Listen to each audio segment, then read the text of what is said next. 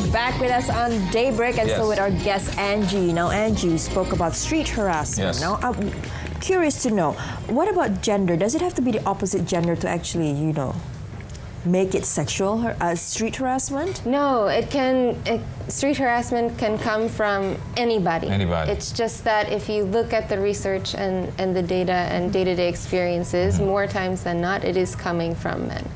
Oh, it's coming from men to women, yeah. Yeah, but has it been cases where men get harassed? I'm sure it has happened before, and it probably does continue to happen, but on the whole, it's generally women and other minority groups that, and by minority I mean subordinate in terms of power structure. Now, we live in Asian countries, right? Indonesia, and obviously in terms of mindset, sometimes it can be a bit different, and culture can be a bit different. Also. Now, what would you say?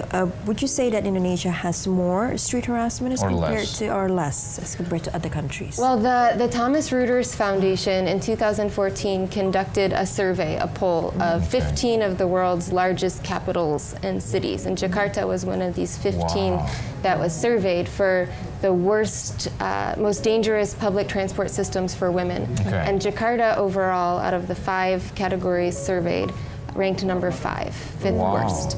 And for the specific category breakdowns of the questions, Jakarta ranked second in line for worst in terms of women being harassed in public transportation. And what do you do to make, want to make that change in the sense of street harassment here? Well, what we do first is get iHollaback Jakarta going. We've got the website, which has different resources, and it has a story sharing platform on it, which is actually the heart of the movement, is this story sharing platform. And so people, if they experience or witness street harassment, can go to the site and they can share their story. They can label, was it verbal harassment, is it physical, where they groped, different things, was it racist by nature, classist, any of these things. And the website is really cool because it can map out where it has happened. So you can report the location. So the more people who start sharing stories, we can actually see where are the hot spots for street harassment in Jakarta. And the site is also coupled with an app, a iHollaback app. So you don't even have to go to the site. If you're on the street and it happens, you can go straight to the app and report it. The app also has an option, if you feel safe, you get to take a picture of the person, for example. Or the location. So does that mean you guys working together with the Jakarta police also in this area? No, we are an independent nonprofit, just a movement getting off the ground. So where does this report go to then once they report, and what do you do to handle the case? What's the next step once they report? The next step is just the story is up on the site. You can read it. There's a little button underneath that you can click that says, I've got your back. So I can look at it and I can see that, like 15 people have read my story and they support me. If I don't want to share my story but I've experienced it, I can go there and I can read other people's stories and I can know that I'm not alone in experiencing this. And so the term for what this does for the target or the victim is called reframing. It allows you to reframe the experience and make it less traumatic. And so basically so it's basically a support system like that. All right. And then from the research side, a couple years ago, Cornell University coupled with iHollaback and conducted the first global research on street harassment. So they were able to pull all this data from the iHollaback sites and reports, and they found that over 50% of women globally, from the people that were the stories and things shared from iHollaback, had experienced street harassment during puberty for the first time. So it happens to young girls also. So the question is, for example, over the years, it has risen basically, right, with the street harassment. What caused these men to, want to harass or, for example, say these kind of words that made the women feel uncomfortable? Are they not aware that is something wrong, or is it by nature that they're sexually harassing that person? This I'm not sure of, and I actually don't know if it has risen globally or not. But something we can see, there is an interesting story in the papers a couple of weeks ago that I read about street harassment in the 1920s. Okay. It's been around. It continues to be around. I'm not sure exactly the motive for each individual person, but like I said before, by nature, it is kind of a power dynamic. By a man shouting something obscene at you on the street, he doesn't think, obviously, that you're going to want to like date him because of that. So it's something about, it's a power play. And Indonesia do have a lot of street harassment as well going on. I mean, you've had Hollaback, and I'm sure you had Respond, right? Yes. Now, what do you think caused that to happen in Indonesia? Do you think it's just the cultural of the people here, or? I think it's a cultural thing everywhere, not just here. So it is something where the more we talk about it, and the more people are able to easily identify what is happening and be prepared with a response, then we can move towards ending it.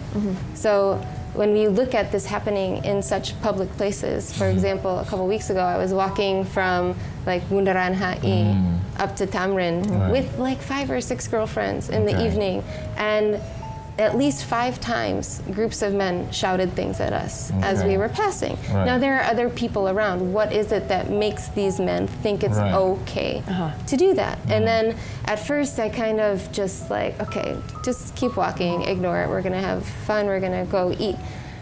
But the last one, he said something and I turned and I was like, hey, why? And it kind of clicked. You could tell, I could see it in his eyes that he was like, oh. Offended. Yeah, like you're a person. Yeah, like maybe it's not okay that I just said this. Do you think that Indonesians are aware of street harassment here? I think some people are. I think other people it might just be something that happens so often that it's become normalized. And so it doesn't seem like it's this huge deal or something we should go up in arms about. But there is a trend of street harassment on a daily basis, and this can lead to further sexual violence. You've read stories about gang rapes and other such tragedies over the past few months. This is unacceptable, and it starts, if you look at sexual violence on like a pyramid, you've got street harassment there in the middle, and then it escalates more towards physical violence and crimes all the way up to rape and then murder. We can look through the newspapers and see these things happening. Now, what should you do though when you're faced with street harassment?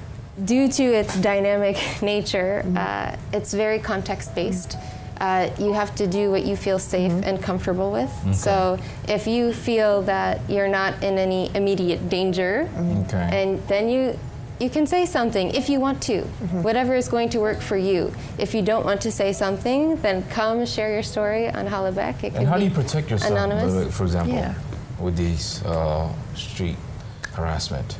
How to protect yourself? That again varies from context to context. It's sad to say that you do need to be aware at all times. Because it can happen. When I was riding my bicycle to work, I was just focused on the road ahead of me. I didn't think about the fact that somebody might come up on the side behind me and grab me or something like that. But I think the best way that we can protect ourselves as a society is to just keep talking about it, sharing stories, seeing like, wow, this is happening a lot. And when you read the types of things that are happening, it's appalling. And so if we don't talk about it, we don't know that it's there. And so all these individual stories can come together and really push us to do something about it. Should this cause, for example, be put in education, for example, about the street harassment? Definitely, I think so. There it? are some wonderful organizations here in Indonesia who are already doing work about sexual violence in Indonesia. Lentera has a fantastic campaign, hashtag Mulai Bicara, Talk About It campaign. I know that they've done stuff with schools. There was an event for Gender Equality Day last month in August where at America, there were different high school students doing workshops about gender equality. So people are talking about it, and different organizations are doing educational outreach. But I think it would be awesome if it was talked about more generally, more widespread so the kids at will know schools. Also. Well, Time Very is up. interesting. Unfortunately, this is very Okay. interesting. But we really hope to see the end of street harassment and even sexual harassment. And Thank looking forward you. also Yeah. to the improving of Hollaback also. Yes. And to have a better environment and positive environment, so we'll feel safe, going around. Especially women. Yes, so you can check us out Okay. at our website, Where is it at? Jakarta.iHollaback.org. Okay. Or you can check us out on social media, Okay. share stories, support other people's stories, and let's fight street harassment. Let's fight street Okay. harassment. Yes, Thank you so very much, Angie. Thank you. All right, I'm going to go for a short break. When we come back, we will take a look at the Batik Day celebrations over the weekend. We'll be right back.